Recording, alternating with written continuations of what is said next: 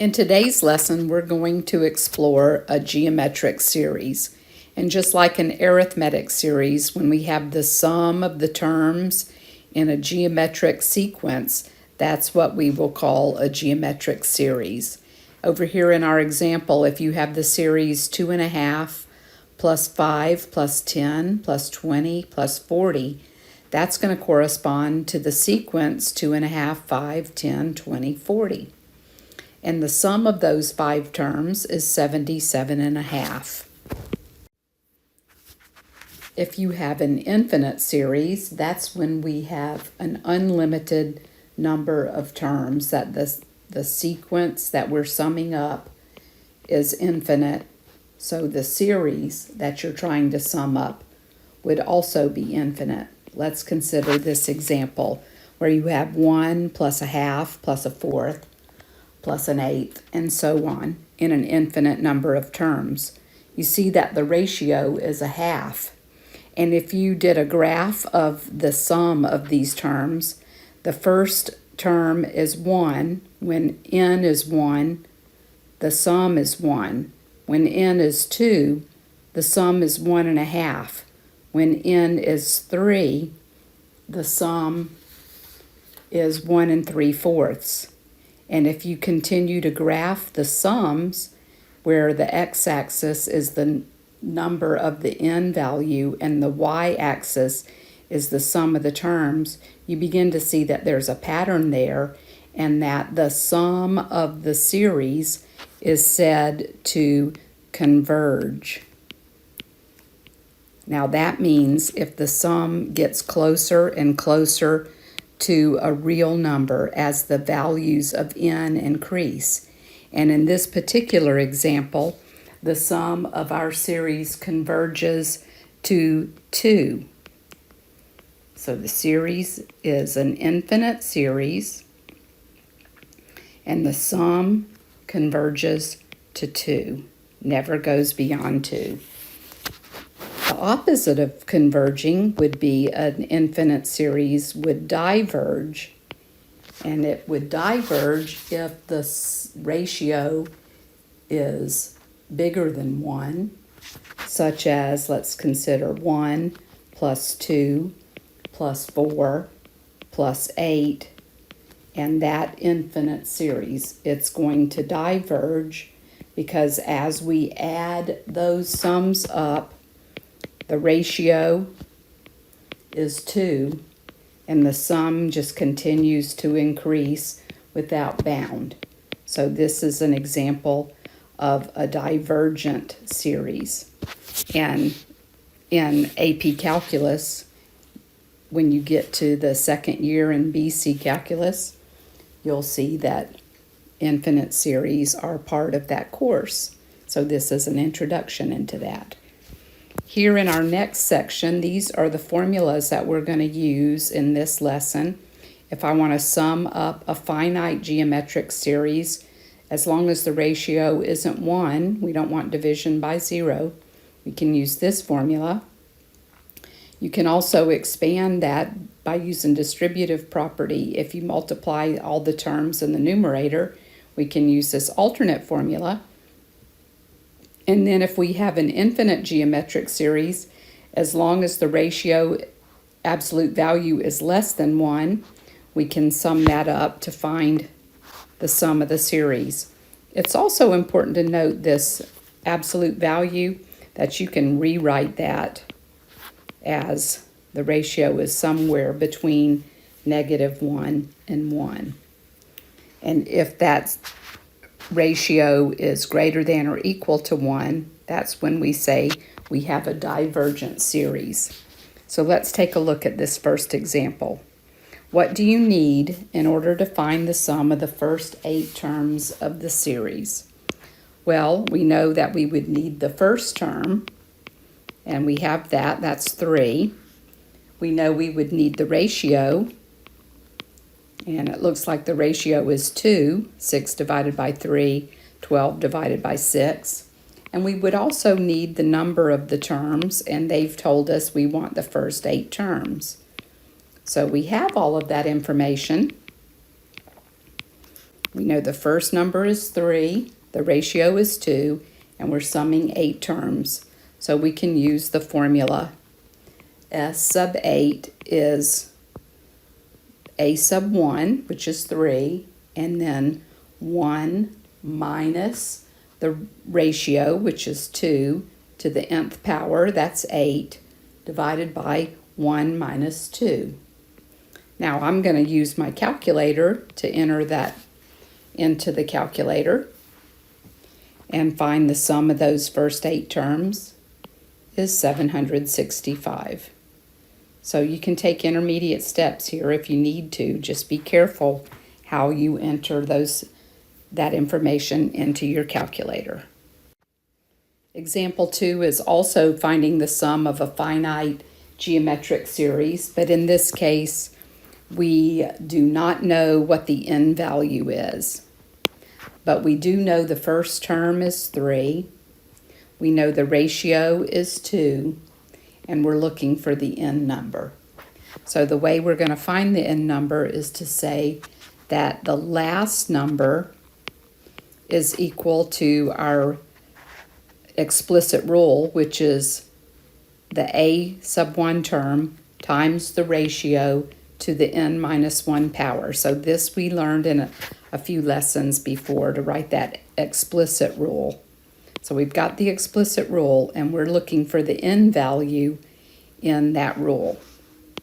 So 1536 divided by 3 would give us 512, and 2 to the n minus 1 power. If we take the log of both sides, using base 2, we could say log base 2 of 512 is equal to log base 2 of 2 to the n minus 1 power. And we know this is a property, which gives us just n minus 1. So I'm going to erase that and reduce that down to n minus 1. And log base 2 of 512 is 9. So n is 10 when we add 1 to both sides. So we know this is the 10th term. That way, we can proceed to find the sum of the first 10 terms without calculating the 10 terms. So a sub 1 is 3, and we've got 1 minus 2 to the 10th power divided by 1 minus the ratio, which is 2. And again, I'm using that formula on the first page. So with our calculator, 3 times the quantity 1 minus 2 to the 10 divided by negative 1 is going to be 3,069. So the sum of the first 10 terms is 3,069. In part B, we know all of the information. So to use that formula, S sub n is the a sub 1 term times 1 minus the ratio to the n power over 1 minus n. A sub 1 is negative 15. The ratio is negative 2, 30 divided by negative 15. And the terms, there are 1, 2, 3, 4, 5, 6 terms. So we're going to use this information to substitute into our formula, S sub n. So we're looking at the 6th term, S sub 6 is the first term, and our first term is negative 15. Our ratio is negative 2, so we want to be careful here. So our ratio is negative 2 to the 6th power, and we're dividing by 1 minus negative 2. So this is going to give us negative 15 to the 1 minus, and I'm going to calculate negative 2 to the 6th power is positive 64, and our denominator is 3. And we can simplify. 3 divides negative 15 negative 5 times, So the 6 terms are going to be the product of -5 times -63, and that is 315. So you can go back and check, which would probably be easier, but I wanted to use the formula. If you add these 6 terms, we should get 315 for a result. In our next example, we're going to use the sigma notation.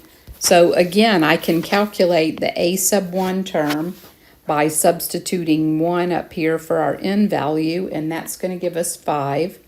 Here's the ratio, -2, and the number of terms is our upper limit, which is 10 in this case. So using our summation formula, and I did show you how to use the calculator to enter those things in our last lesson, and you can double check this. We've got 5 times 1 minus -2 to the 10th power divided by 1 minus -2. So entering that into your calculator, I'm going to simplify a little bit. I've got -1023 divided by 3. And using my calculator, we're going to have -1705. And again, I would remind you that it would be a good idea to go back and use the math 0 and enter these values into your calculator to verify that you get 1705 for that result. In part B,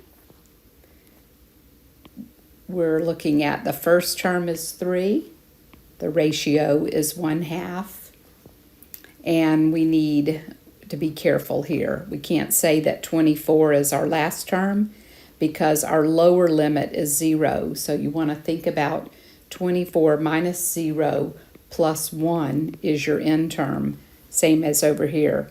10 minus 1 plus 1 is 10. So you've got to be careful what your lower limit is. If it starts at 0, you've got to add one more because this is your first term, and you're going to go 25 more terms to get to the n equaling the upper limit to equal 24. Your n value would need to be 25. So that's just a word of caution right there. Be careful when the lower limit is 0 compared to the lower limit being 1. And using our formula, s sub 25 is 3, and then I'm going to convert to decimals just for the ease of it. So we got 1/2 as our ratio to the 25th power, and 1 minus 1/2 in the denominator. And if you just enter the numerator, 1 minus 1/2 to the 25th power, you're going to see that it's really close to 1. I think we got 7 nines there. I've got my calculator stretched out to 12 digits or so. So I get that, and really we should say this is approximately. So that our 25 terms add up to just about 6 in that case. Okay, in example 4, you make a contract with your parents to work 8 hours every day during the month of July. The first day you will be paid 1 penny, the second day 2 cents, on the third day you get 4 cents, the fourth day 8 cents, and so on.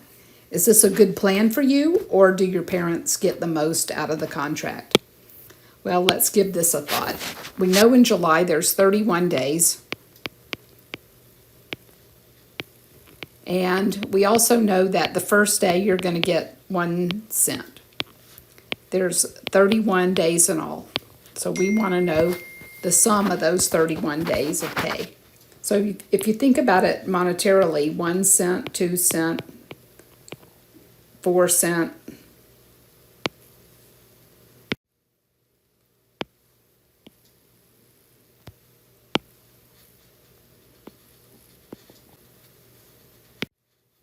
So our question will be, how many dollars are you being paid if this is how many pennies?